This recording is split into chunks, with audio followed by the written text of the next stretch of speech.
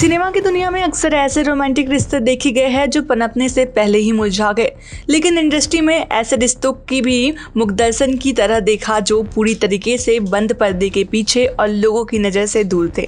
बात की कैटेगरी में वो रिश्ते भी शामिल है जो खुले तौर पर रहस्य बने रहे, जिनमें से किसी ने भी अफवाह को खुले तौर पर स्वीकार नहीं किया, फिर भी सच्चाई सबके सामने थी।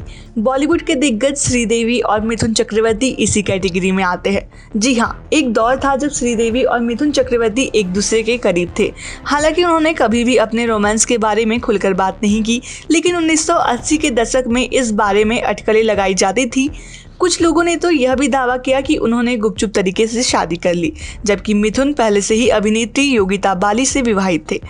वहीं ऐसा भी सुनने में आया था कि एक पड़ाव पर वो दोनों अलग हो गए क्योंकि मिथुन योगिता के साथ अपनी शादी को खत्म करने के लिए तैयार नहीं थे। हाल ही में अभिनेता निर्देशक करण राजदास से पुरानी यादों को ताजा करते हुए श्रीदेवी और मिथुन चक्रवर्ती के बीच के रिश्ते पर चर्चा की। उन्होंने जिक्र किया कि वे बहुत लड़ते थे।